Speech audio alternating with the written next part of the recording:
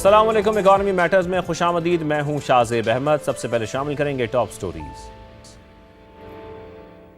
हुकूमत का आलमी मालियाती इदारों से मजीद कर्ज लेने का फैसला। यूरो और सुकूक बॉन्ड्स के जरिए 3 साल के लिए फंड्स लेने का प्लान। गैर मुल्की बैंकों और मालियाती इदारों से बोलियां तलब। बैरूनी अदायगियों और ज़र मुबादला ज़खायर को मुस्तहकम रखने के लिए फैसला किया गया।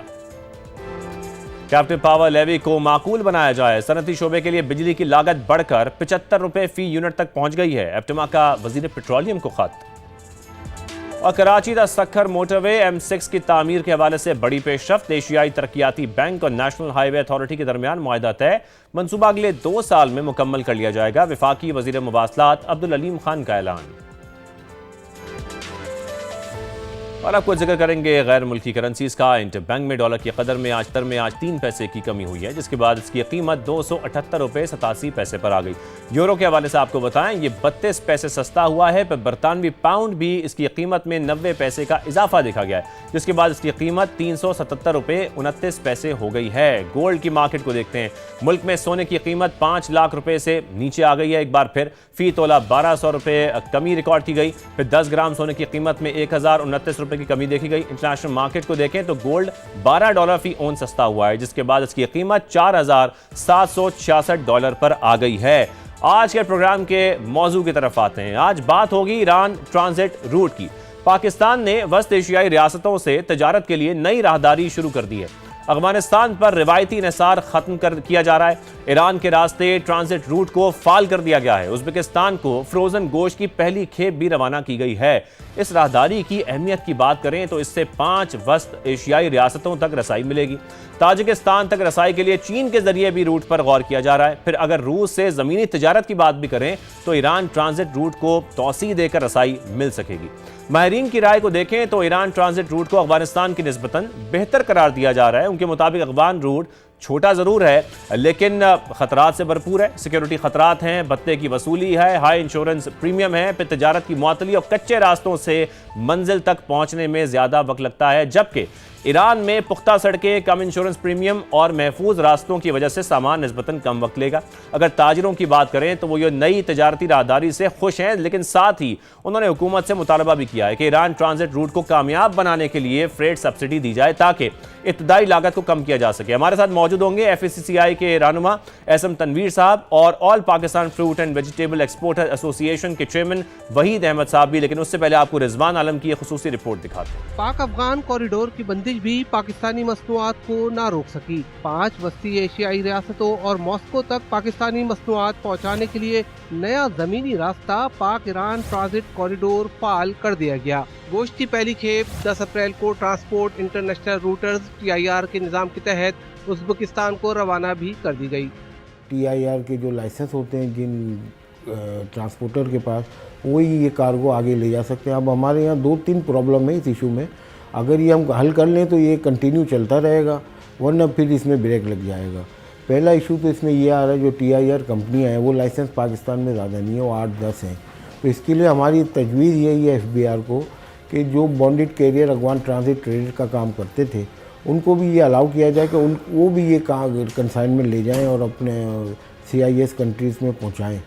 TIR ट्रांसपोर्टर्स के पास एक ऐसा लाइसेंस होता है जिस पर वो अपने ट्रक की GD कैरियर सिस्टम में प्रोसेस करके वस्ती एशियाई रियासतों और रूस तक सामान बआसानी ले जा सकते हैं। किसी भी मुल्क के बॉर्डर पर इन्हें रोका नहीं जाता। ईरान ट्रांजिट कॉरिडोर के जरिए पाकिस्तान से वस्ती एशियाई रियासतों को फल, सब्जियां, फ्रोजन गोश्त, चावल, दवाएं, सर्जिकल आलात और फूड आइटम्स भेजे जा रहे हैं। तो मेजॉरिटी पाकिस्तान की बहुत बड़ी एक्सपोर्ट है सेंट्रल एशिया के लिए, जो कि डिस्टर्ब हुई थी ऑन द अफगान रूट।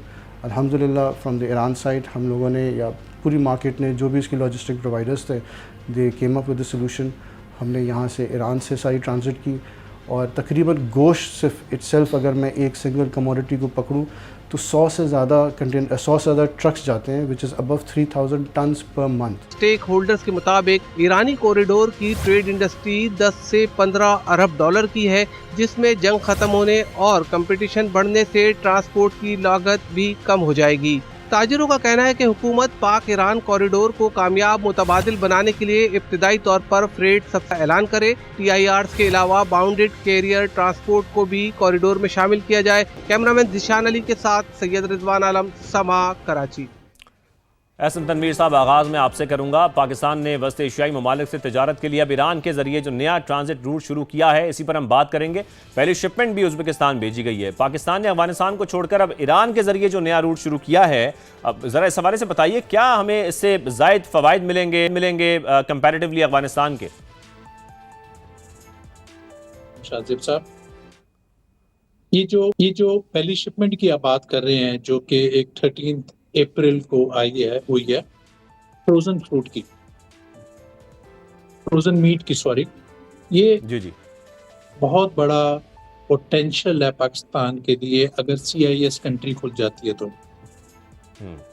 मैं तो एक्सपेक्ट कर रहा था कि हमारा वाखान बॉर्डर शायद खुल जाए और उसके थ्रू हम बढ़ा लें, मगर अगर हमने ईरान के थ्रू भी ट्रेड अगर शुरू करते हैं फॉर CIS कंट्रीज तो हमारे लिए पोटेंशियल बहुत बड़ा है। पर मुझे अभी तक थोड़ी क्लैरिटी नहीं आई है कि ये जो रूट हम ले रहे हैं इसमें क्या बैंकिंग चैनल यूज होगा या नहीं होगा। तो यहाँ पर मैं थोड़ा सा कंफ्यूज भी हूँ।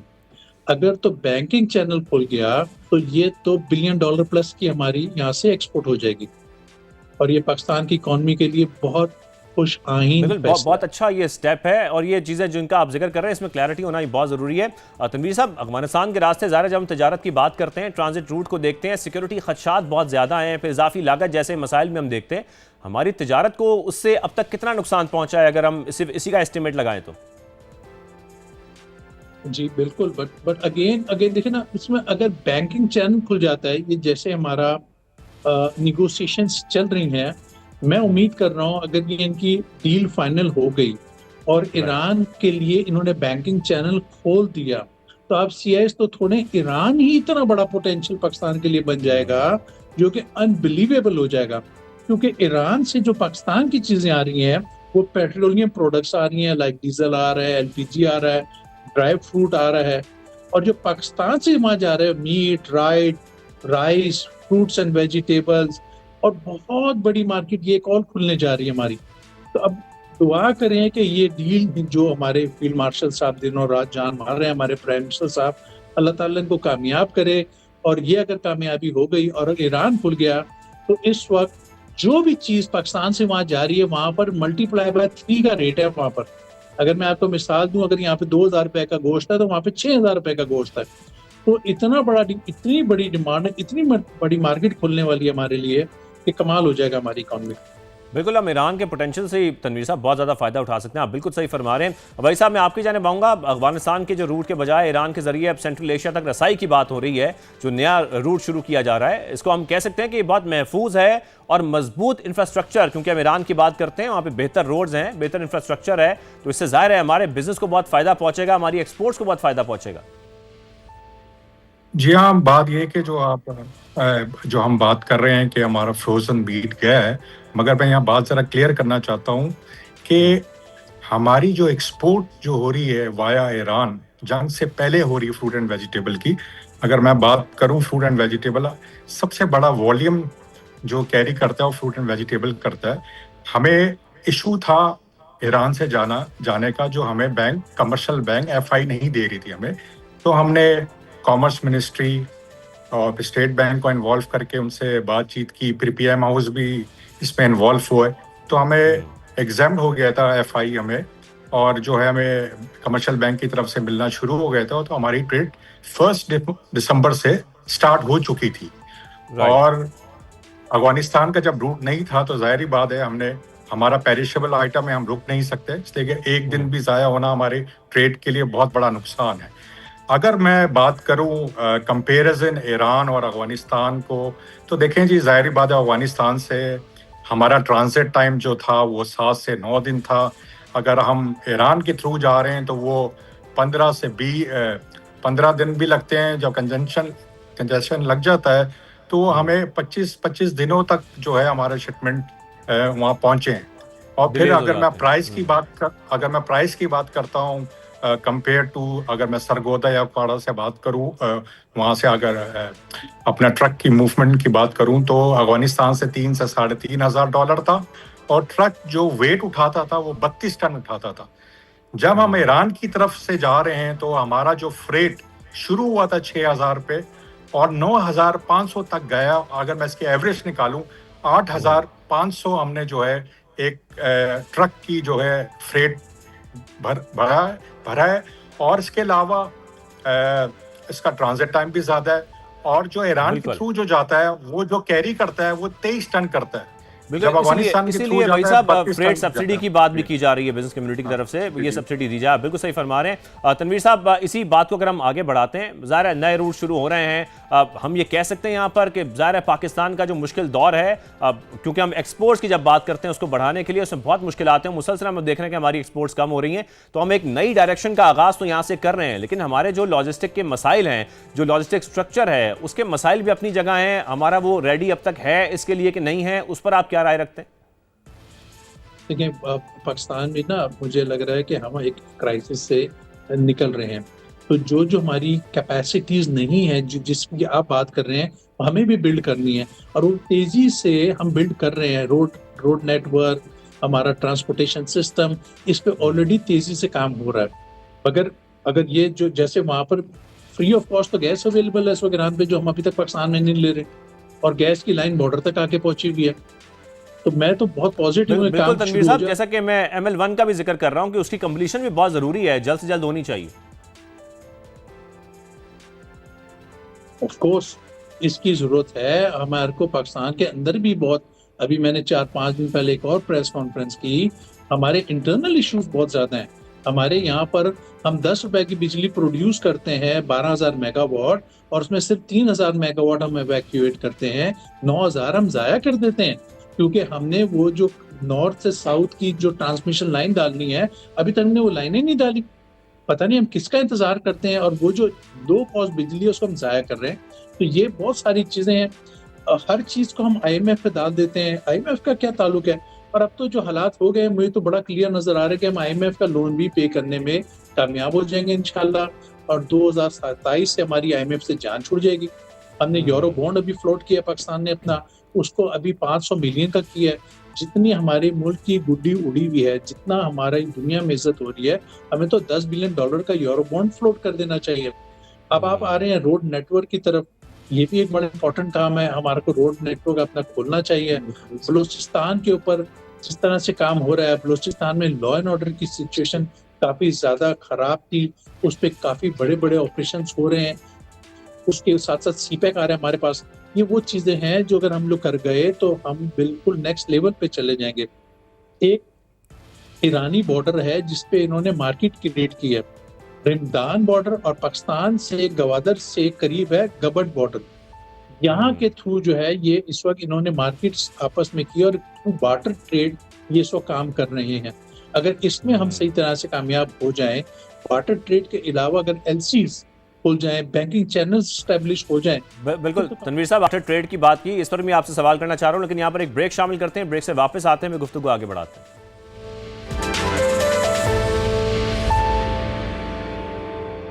Welcome back. वहीद साहब, मैं आपकी तरफ आता हूं। जब हम बात कर रहे हैं ना अफगानिस्तान की जो ब्लैकमेलिंग भी है, उससे भी पाकिस्तान अब बचेगा, क्योंकि हमेशा पाकिस्तान की जो सेंट्रल एशिया तक रसाई है, उसके जितने मंसूबे होते हैं उसमें अफगानिस्तान रुकावट डालता रहा। दूसरी बात ये, इस पर भी आप कमेंट कीजिएगा कि जो रूस की मार्केट है, बहुत बड़ी इकोनॉमी है रूस की, क्या हमारा रास्ता रूस तक भी खुल जाएगा? ये बिजनेस कम्युनिटी के लिए बहुत बड़ी खबर होगी फिर। जी हाँ, रूस तो एक बहुत बड़ी मार्केट है, खासकर फ्रूट एंड वेजिटेबल के लिए। बात यह कि इस सीजन में हमारा अफगानिस्तान का तो बॉर्डर बंद रहा, मगर मैं ये बताना चाह रहा हूँ जो हमने ईरान के थ्रू ट्रांसिट जो एक्सपोर्ट अभी तक किया है वो 1,23,000 टन हमने आलू एक्सपोर्ट किया है 1 दिसंबर से लेके 20 अप्रैल तक, और कीनू का सीजन तो ख़त्म हो चुका है और कीनू हमने 62,000 किया है। अगर मैं वैल्यू वाइज करूँ तो आलू की $15.4 मिलियन की एक्सपोर्ट की है हमने, और हम कीनू की बात करें तो $23 मिलियन की है। और ये रूट हमारा CIS कंट्रीज की मैं खासकर बात करूं, fruit, vegetable, pulp, value added, juices, beverages की मैं जब बात करूं तो ये $250 मिलियन की हमारी जो है। और वही साहब, हम कैपेसिटी बढ़ा भी सकते हैं, जब हमारे रूट्स खुल जाएंगे तो हम इसकी कैपेसिटी बढ़ा भी सकते हैं, सलाहियत रखते हैं हम। नहीं, ऑलरेडी बढ़ी हुई है। देखिए इस बार आलू हमारा 12 मिलियन मैट्रिक टन था, इतनी प्रोडक्शन आज तक पाकिस्तान में नहीं हुई। इसी तरह कीनू की भी थी। अगर हमें रूट इसलिए कि पहली बार इस रूट को इस्तेमाल किया, ज़ाहिर बात इसमें प्रॉब्लम आई है, मगर हुकूमत ने FI करके हमारे लिए जो है बड़ा बेनिफिट किया। हम पेरिशेबल आइटम है, अगर ना होता तो ये बड़ा वैसे लॉसेस थे हम लोग। बिल्कुल तो अल्लाह वो शुक्र था कि 1 दिसंबर से हुआ है। अगर ईरान के भी सैंक्शन खत्म हो जाती है तो मैं समझता हूँ ईरान और गैस कंट्री को मिला के फ्रूट एंड वेजिटेबल और वैल्यू एडेड कम से कम बहुत बड़ी 400 मार्केट है मिलियन fruit डॉलर and की vegetable मार्केट की। बन सकती है। जी बिल्कुल बन सकती है, बिल्कुल आप सही फरमा रहे हैं। बार्टर ट्रेड की तनवीर साहब आपने बात की थी अब से कुछ देर कबल ब्रेक से पहले, आपको ये प्रैक्टिकल लगता है बार्टर ट्रेड वाला मामला क्या, और आपको लगता है कि इससे मामला बेहतर हो जाएंगे? नहीं, बड़ा मुश्किल काम है। यहाँ से हम लोग चावल देते हैं, वहां से कोई चीज लेकर आ जाते हैं, तो उसके लिए देखिए प्रैक्टिकल तो सारी दुनिया में एक ही है कि बैंकिंग चैनल खुलना चाहिए जिसके तहत ही ये कारोबार सारे चलते हैं। और अगर बैंकिंग चैनल खुल गया फिर ईरान के थ्रू हम आगे भी सप्लाई भेज सकते हैं। ईरान के थ्रू हम बहुत सारे काम कर सकते हैं और ये पूरे यूरोप में आपका माल जा सकता है। इसके अलावा ये तो फिर लाइनें खुल जाएंगी, फिर ट्रेन लाइनें बिछनी है बहुत, उस पर भी काफी काम होना है। तो जब सारे काम हो तनवीर जाएंगे साहब तो आपने खुद भी अब ये बात कह दी है, ज़ाहिर है नए रूट्स बनना बहुत अच्छी बात है, लेकिन सिर्फ रूट से बरामदात तो हमारी नहीं बढ़ेंगी, हमारी एक्सपोर्ट्स नहीं बढ़ेंगे, हमें जो मुल्क की पैदावार है वो भी बढ़ाने की ज़रूरत है। उसके लिए इकदाम भी करने इस वक्त कितने ज़रूरी हैं? हमने गवर्नमेंट को ये कहा है, देखिए हमारे पिछले 3 साल जो गुजरे हैं ना इंडस्ट्री के, वो बहुत ही बुरे गुजरे हैं और हमारे मुल्क में बहुत ज्यादा इंडस्ट्री बंद हुई है। हमने गवर्नमेंट को कहा है कि जो बंद इंडस्ट्री होगी आप उसको नहीं चला सकते, वो कब्रिस्तान में कन्वर्ट हो गई। 3 साल से मैं शोर मचा रहा था। बट जो फ्यूचर का टारगेट है, देखिए एक जो लोकल इंडस्ट्री है ना, जो लोकल माल बेच रही है, उसको इतना प्रॉब्लम नहीं है। जो इंडस्ट्री जब एक्सपोर्ट करती है ना, तो उसको इंटरनेशनली कॉम्पीट करना होता है। अगर मैं एक चीज बांग्लादेश से मुकाबला कर यूरोप बेच रहा हूँ, तो बांग्लादेश की बिजली की कॉस्ट क्या है, बांग्लादेश में इंटरेस्ट की कॉस्ट क्या है, इंडिया में क्या है, चाइना में क्या है, श्रीलंका में क्या है, वियतनाम में क्या है। हमारी आज भी बिजली की कॉस्ट जो 6 से 7 सेंट या 8 सेंट होनी चाहिए है, very clear country to country. हमारी भाई साहब आप भी यहाँ पर शॉर्टली बताइएगा एक्सपोर्टर्स के लिए सबसे ज्यादा मुश्किलात किस में हैं और इसमें आपकी क्या तजावीज़ है? देखिए जी, एनर्जी की तो क्राइसिस पूरी इंडस्ट्री को है, मगर मैं एक बात जरूर कहूंगा कि देखें जब हमारी एनर्जी कम भी सस्ती भी थी, कौन सी हमने एक्सपोर्ट बढ़ा ली थी।